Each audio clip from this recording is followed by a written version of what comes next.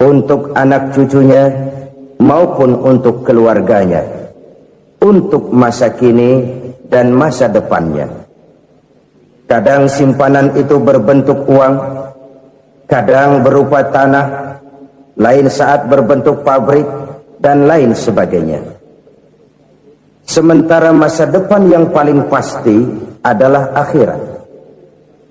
Jika untuk masa depan dunia kita rela memeras keringat, membanting tulang, pergi pagi dan pulang petang, menyimpan uang, menyimpan tanah, menyimpan pabrik, pernahkah kita merenung jika satu saat kiamat datang, kita dibangkitkan dari kubur masing-masing, berdiri di padang mahsyar untuk mempertanggungjawabkan seluruh kegiatan hidup kita di dunia ini, lalu kita akan menuju ke alam akhirat.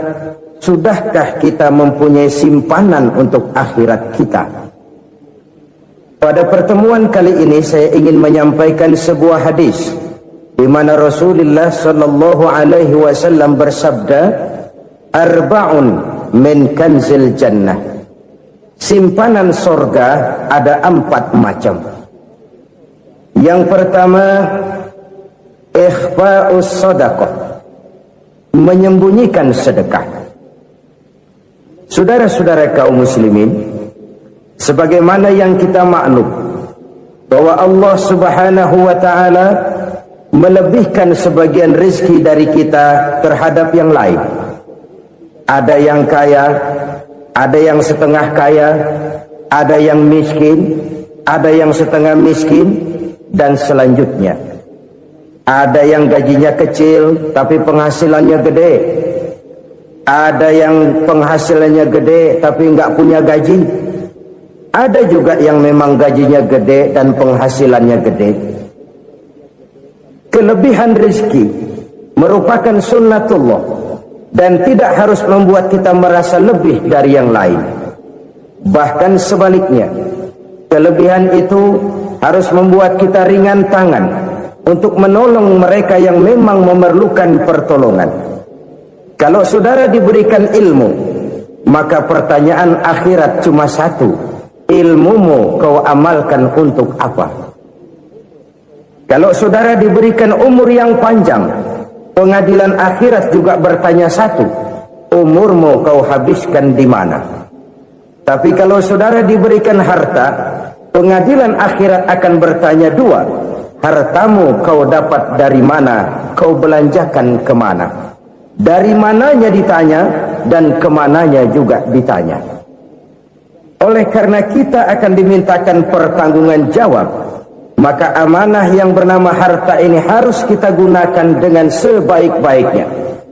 Ada penggunaan yang merupakan kewajiban, itu zakat namanya. Ada penggunaan yang sewaktu-waktu, itu infak namanya. Ada yang lebih sewaktu-waktu lagi, dan itu sedekah namanya. Zakat dia terikat oleh haul dan nisab, oleh putaran batas waktu dan ukuran dari harta itu sendiri.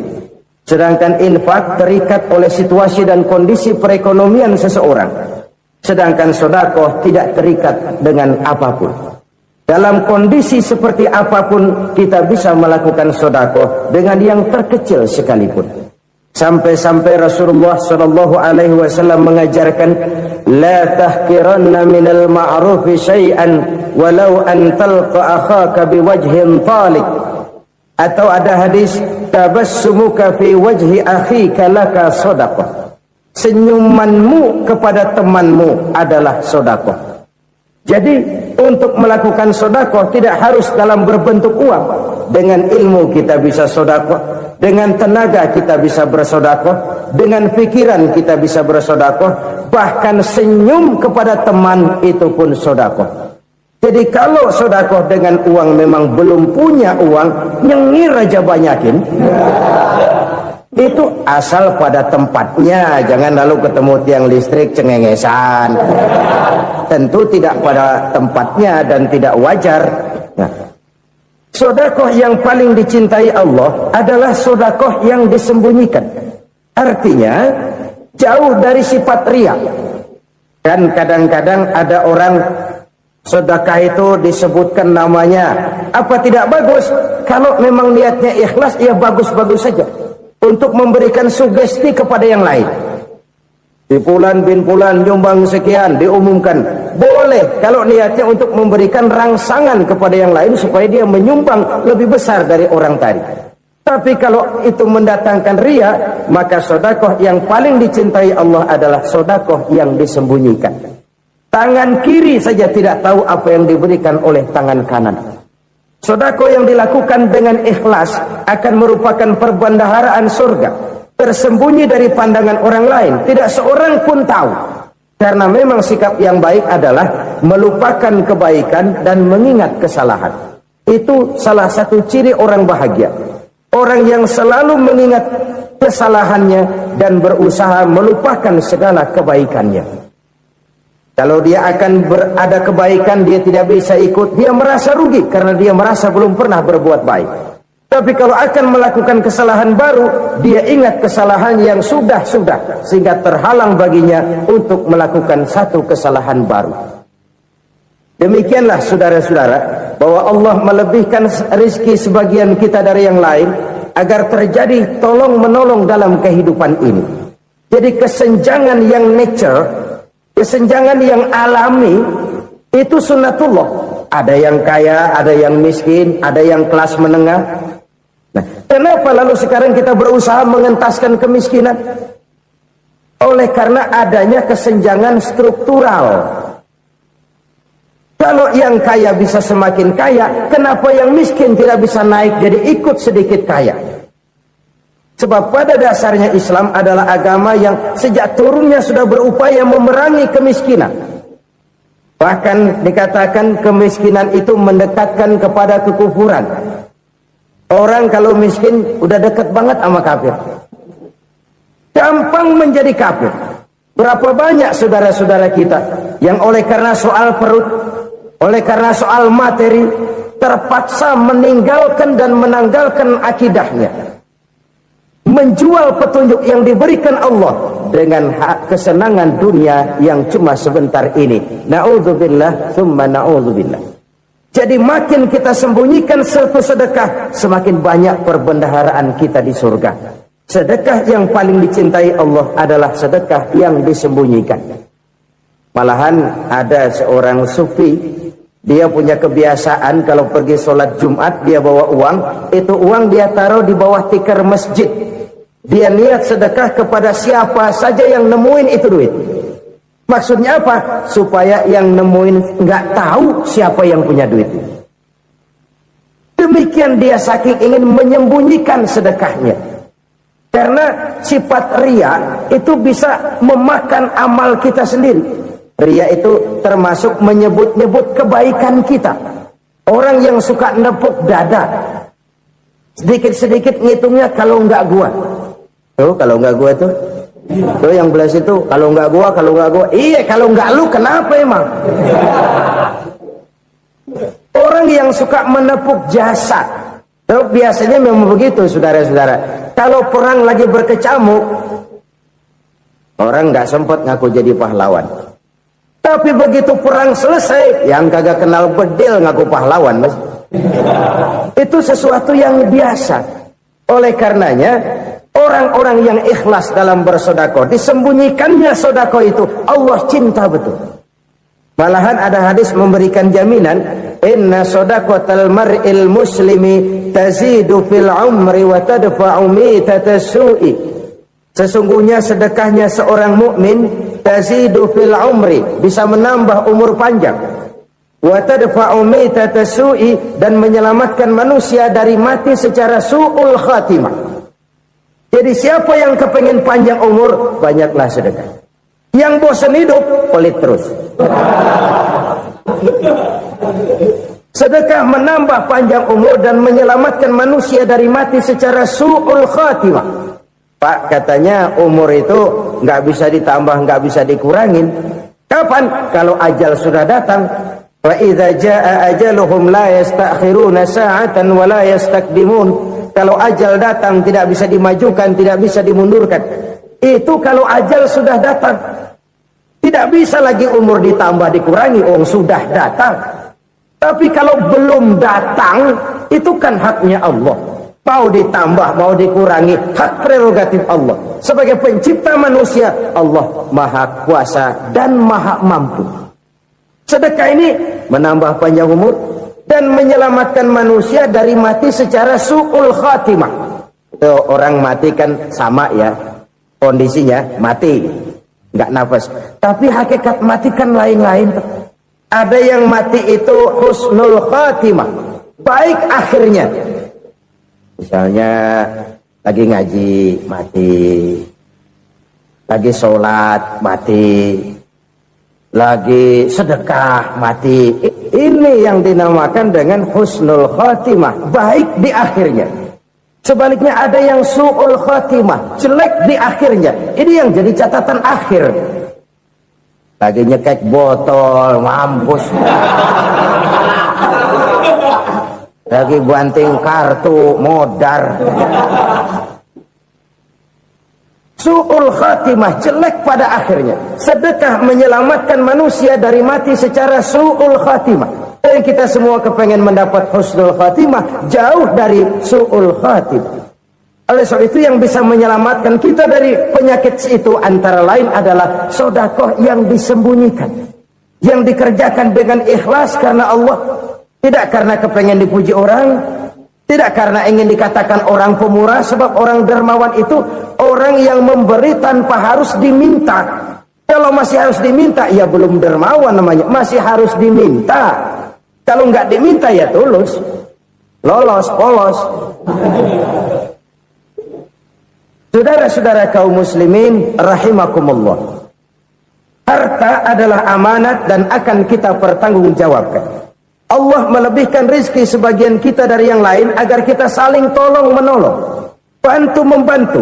Nabi janjikan siapa yang meringankan beban saudaranya muslim di dunia, Allah akan meringankan bebannya di akhirat nanti. Sebuah jaminan dari baginda Nabi. Si orang yang kita bantu barangkali tidak bisa membalas, Allah yang akan membalas lewat jalan lain yang tidak pernah kita sangka-sangka. Ada orang tanya, Pak, ini ada orang nyumbang masjid sambil marah-marah, bagaimana? Saya bilang sumbangannya aja ambil, marahnya jangan. Marahnya jangan diambil, itu urusan dia. Saudara-saudara kaum muslimin rahimakumullah, umat Islam ini kan umat yang punya potensi besar. Kadang kita merenung, kenapa kadang-kadang pembangunan masjid kok lambat sekali? Kalau hotel hari ini peletakan pertama, bulan depan peresmian. Supermarket hari ini peletakan batu pertama, minggu depan peresmian. Tapi kalau sudah yang namanya masjid, kadang-kadang peletakan batu pertama sekaligus jadi batu terakhir. 3 tahun, 4 tahun, campur nebar jalak di jalanan, duit dijaring kayak ikan sepat. Apa tidak ada orang Islam yang kaya? Banyak. Apa tidak ada pengusaha muslim yang jadi konglomerat? Ada.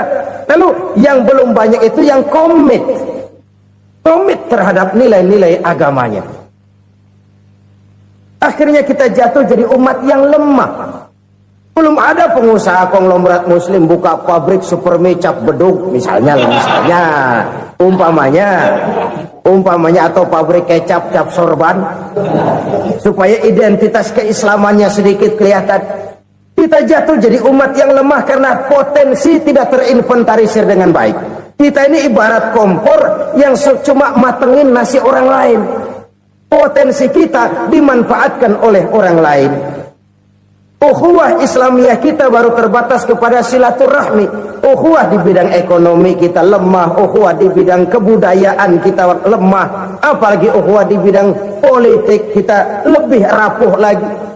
Padahal ukhuwah itu adalah totalitas kehidupan manusia, menyangkut ipolexos bud, memerlukan nilai-nilai ukhuwah.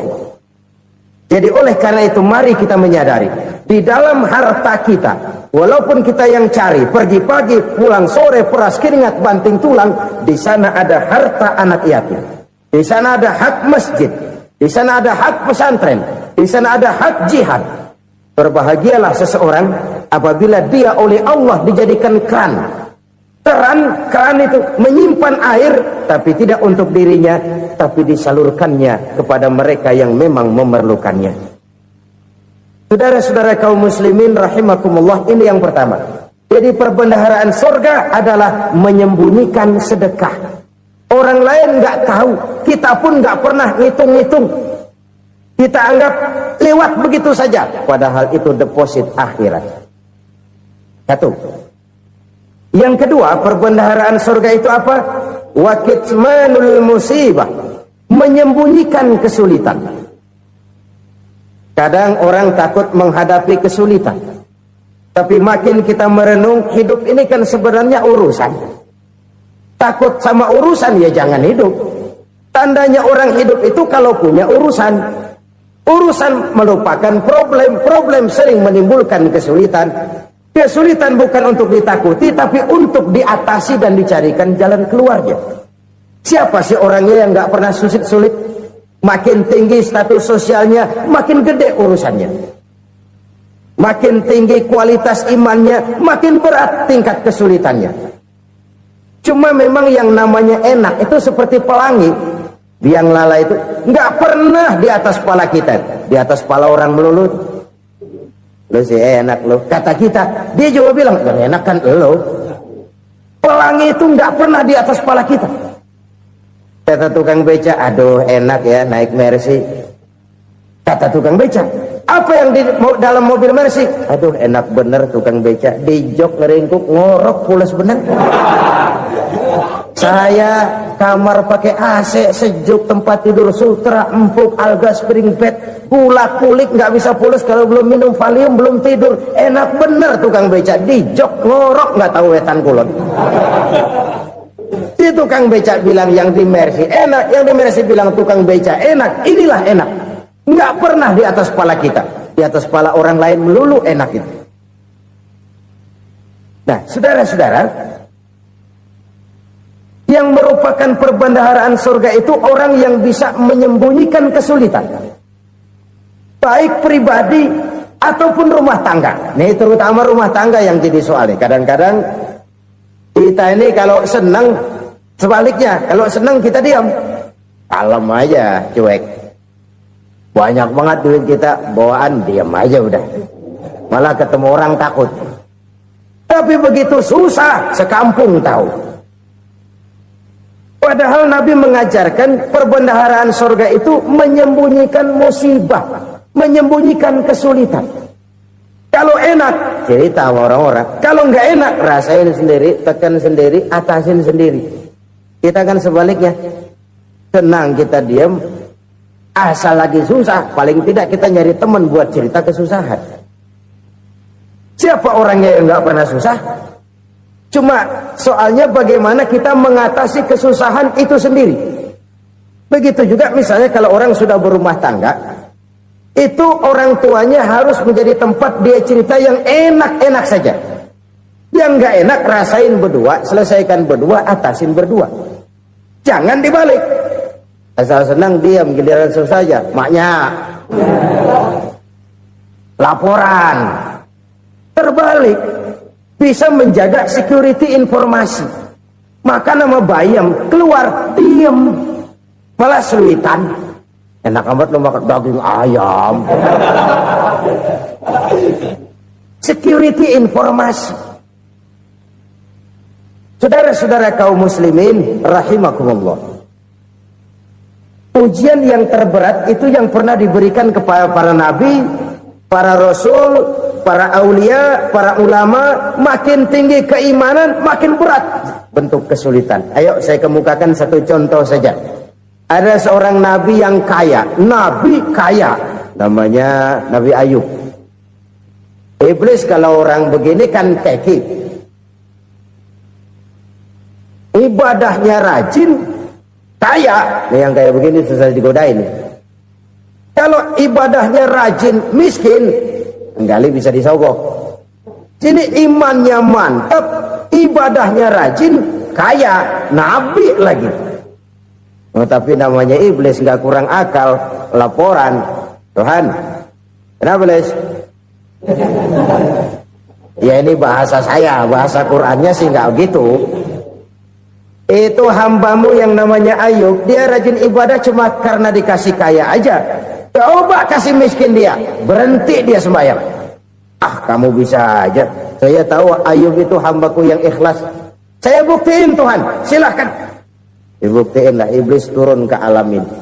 Yang mula-mula dia lakukan, dia rusak sawah ladang Nabi Ayub. Dia binasakan binatang ternak Nabi Ayub. Sehingga dalam waktu singkat, jatuhlah Nabi Ayub dari orang paling kaya, jadi orang paling miskin. Beliau masih ibadah di mihrab dalam masjid. Datang iblis. Saudara Ayub, ya, lagi ngapain? Ibadah. Nyembah Allah, nyembah Allah. Oh, percuma. Kenapa? Tuhan yang ente sembah nih, dia udah bikin miskin ente. Sawah ladang ente hancur lebur, binatang ternak binasa. Sekarang ente jadi orang paling miskin. Ngapain nyembah Tuhan kayak begitu? Tekor. Udah berhenti dah ibadah, berhenti ibadah. Ini iblis sama Tuhan laporannya lain, yang dikerjakan kepada Nabi Ayub juga lain. Benar begitu iblis kata Nabi Ayub? Iya, sawah ladang saya habis, buras. Binatang ternak saya binasa, binasa. Saya miskin, bangpak. Apa jawab Nabi Ayub? Bukan innalillahi, ya ini hebat. Alhamdulillahillazi a'tani wa akhadha minni. Segala puji bagi Allah yang telah memberikan harta kepada saya dan sekarang mengambilnya lagi. Alhamdulillah. Allah yang ngasih, Allah yang ambil. Itu mah urusan Allah. Iblis cuman ibadah jalan terus, sujud lagi Nabi Ayub. Iblis seleher gondok banget. Dasar Nabi nggak mempan dia apa-apain. Miskin malah alhamdulillah. Allah yang ngasih, Allah yang ngambil. Jadi kalau kita tidak komit, kita tidak terikat kepada kaya, miskin, senang, susah, apa yang bisa bikin kita susah? Jadikan kekayaan, kemiskinan, jadikan senang, susah sebagai anak buah yang bisa kita atur. Jangan kekayaan ngatur kita, jangan kemiskinan ngatur kita. Kita yang harus mengatur mereka. Senang, susah, kaya, miskin, bahagia, sengsara, jadikan itu anak buah yang bisa kita atur. Kalau sekarang kita kaya, lain saat boleh jadi kita miskin, semiskin-miskinnya. Allah yang ngasih, Allah yang ngambil. Tenaga mana yang bisa menghalangi? Ibadah jalan terus. Iblis makin gondok. Dasar Nabi loh. Akhirnya apa? Nabi Ayub dikerjain, diberikan penyakit. Demikian fatal penyakitnya. Bayangin, udah miskin sakit. Masya Allah. Miskin sakit. Sakitnya nggak lama, kira-kira 16 tahun. Istrinya 3, 2 mental minta ceraiin. Ngerawatin laki bengek begini. Senang belum tentu, susah udah pasti nih. Cerai aja, cerai dah. Cerai. Tinggal satu Siti Rahmah yang setia menemani beliau. Sesetia-setianya hati perempuan. Satu saat Siti Rahmah bilang, "Bang, iya, abang kan Nabi bang. Lalu namanya Nabi kan doanya jarang meleset bang. Maksud kamu minta kenapa sih sama Tuhan biar abang sembuh baik dah bang?" Siti Rahmah, iya. Saya sakit berapa tahun sih dah? 16 tahun bang. Sebelum ini saya sehat berapa tahun? Ya kira-kira 60 tahun bang. Nah coba ente banding-bandingin Rahmah. Saya dikasih sehat 60 tahun, dikasih sakit 16 tahun. Sudah nggak sabar mau doa kepada Allah minta sembuh. Saya malu kepada Allah. Diuji dengan yang luar biasa seperti ini, tidak mengganggu stabilitas kehambaannya. Dia tetap menghamba kepada Allah Subhanahu wa ta'ala. Saudara-saudara kaum muslimin rahimakumullah. Kunci menghadapi kesulitan itu apa? Allah jelaskan dalam satu ayat, wa basyiris sabirin alladzina iza asabathum musibah qalu inna lillahi wa inna ilaihi raji'un. Gembirakan orang-orang yang sabar. Siapa mereka itu? yang apabila mendapat musibah mereka kembali kepada keyakinan dasar segalanya dari Allah dan segalanya akan kembali kepada Allah. Ini konsepsi dasar dari sikap muslim dalam menghadapi berbagai kesulitan. Segalanya dari Allah, segalanya akan kembali kepada Allah. Kalau ini sudah kondisi dasarnya, maka kita akan lapang menghadapi kenyataan bagaimanapun pahitnya. Apakah itu namanya miskin, apakah itu namanya sakit, bahkan maut sekalipun. Maut sekalipun. Segalanya dari Allah, segalanya akan kembali kepada Allah. Ini sikap hidup, bukan sekedar ucapan. Kita kadang-kadang menjadikannya sebagai ucapan. Mulutnya sehingga berhenti, innalillahi wa inna ilaihi rajiun, tapi nangisnya terus gerung-gerungan. Bukan itu, ini kesadaran moral. Kalau segalanya dari Allah, segalanya kembali kepada Allah, kan sebenarnya cuma nunggu giliran. Hari ini saya nyembayangin dia, entah hari apa saya disembayangin orang. Hari ini saya antar dia ke kubur, entah hari apa orang nganterin saya ke kubur. Hari ini saya tahlilkan dia, entah nanti kapan orang tahlilkan saya. Segalanya dari Allah, segalanya akan kembali juga kepada Allah. Oleh sebab itu saudara-saudara, kesulitan bukan untuk ditakuti. Kesulitan justru untuk diatasi, dicarikan jalan keluarnya. Dan tidak ada orang yang tidak pernah mendapat kesulitan. Tidak ada. Semakin tinggi status sosial, semakin tinggi kualitas keimanan, semakin besar juga tingkat kesulitan. Hanya saja bagaimana cara kita mengatasinya. Dan Al-Quran menyatakan, inna ma'al usri yusra. Di balik kesulitan itu pasti ada kemudahan. Roda itu berputar. Karena itu Rasulullah sallallahu alaihi wasallam mengingatkan kepada kita, ta'arraf ilallahi firraha ya'rifka fisyiddah. Ingatlah kepada Allah di waktu kamu senang, supaya Allah ingat kepada kamu di waktu kamu susah. Kalau waktu senang kita ingat kepada Allah, kita susah, Allah tidak akan meninggalkan kita. Tapi kalau waktu senang kita jauh dari Allah, sujud tidak sempat, dengan masjid jauh, ketika senang kita lupakan Allah. Nanti begitu kita susah, Allah lupakan kita. Dan itu menyakitkan. Oleh karena itu orang-orang tua kita dulu bilang, kalau lagi sehat ingat-ingat lu bakal sakit nanti. Kalau lagi kaya ingat-ingat satu saat kita bakal jatuh miskin. Bahkan kalau lagi muda ingat-ingat kita bakal tua. Dan yang terpenting, kalau lagi hidup ingat-ingat kita bakal mati. Saudara-saudara kaum muslimin rahimakumullah. Jadi yang kedua yang merupakan perbendaharaan surga, menyembunyikan musibah. Saudara-saudara kaum muslimin rahimakumullah. Hal ketiga yang merupakan perbendaharaan surga adalah wasilaturrahmi. Orang yang suka bersilaturahmi. Sebagaimana yang kita maklum bahwa manusia adalah makhluk yang disebut zon politika. Makhluk sosial yang tidak mungkin hidup sendiri-sendiri.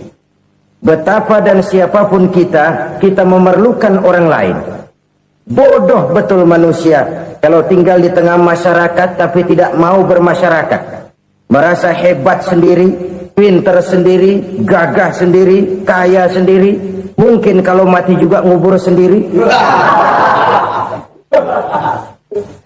Jangankan kita di sini, di sorga saja Nabi Adam waktu sendirian bengong melulu, mondar mandir. Allah tegur dam sepi dam. Ya ini kalau bahasa saya. Iya Tuhan, sepi ini nggak ada colek-colekan pisan ini. Diciptakan Siti Hawa baru anteng Nabi Adam. Itu di surga. Cobalah. Umpamanya saudara tinggal di Jakarta nih. Kayak bener. Apaan aja di Jakarta punya saudara dah. Jembatan Semanggi ambil. Monas, Buntel bawa pulang. Hotel-hotel ambil semua. Cuman tinggal di Jakarta sendirian, apa enaknya? Betapa dan siapapun kita perlu orang lain. Tidak ada seorang pun yang bisa memenuhi kebutuhan hidupnya secara sendiri-sendiri. Nah, Islam telah menyelamatkan manusia dari ras diskriminasi. Mengikat manusia dengan persaudaraan yang berlandaskan kepada akidah. Karena itu dianjurkan bersilaturahmi. Bahkan Nabi menyatakan, man arada ayyubsata lahu fi rizqihi wa yunsa'a fi atharihi falyasil rahimah. Siapa yang kepengen diluaskan rezekinya dan dipanjangkan usianya, banyaklah ia bersilaturahmi. Siapa yang kepengen dimudahkan rezekinya, hendaknya ia banyak bersilaturahmi. Kalau banyak teman, kesulitan kan paling tidak ada tempat cerita. Udah susah, sendirian kita pikirin diri, nggak ada tempat tukar pikiran. Cepet banget sama bengek. Dilawan sendiri. Nah, secara makro kita bisa berkata, tidak mungkin ada kemenangan kalau tidak ada kekuatan. Tidak ada kekuatan kalau tidak ada kesatuan dan persatuan. Tidak mungkin ada kesatuan dan persatuan tanpa semangat silaturahmi. Kalau umat Islam mau menang, dia harus kuat. Kalau umat Islam mau kuat, dia harus bersatu. Kalau umat Islam mau bersatu, dia harus membudayakan silaturahmi ini. Bahkan sampai-sampai kata Nabi, kalau bisa cari nilai tambah. Apa? Silman qata'at. Bersilaturahmilah kau kepada orang yang marah denganmu. Masya Allah, indahnya ajaran agama kita. Orang yang marah pun kepada kita, kata Nabi, kalau bisa bersilaturahmilah kepadanya, kepada orang yang marah itu. Di situ nilai tambah. Cuman jujur nih hadis, ngucapinnya gampang, ngamalinnya yang berat banget. Orang marah sama kita, kita disuruh silaturahmi, ada apa malu? Lu marah, ada gua marahan lagi. Tunggu pikirin. Saudara-saudara kaum muslimin rahimakumullah. Tapi ini yang diajarkan, bahkan ini yang dicontohkan oleh baginda Rasul. Bagaimana begitu mudah? Misalnya satu saat Abu Jahal ini ngatur strategi bagaimana bikin Muhammad celaka. Dia gali lubang di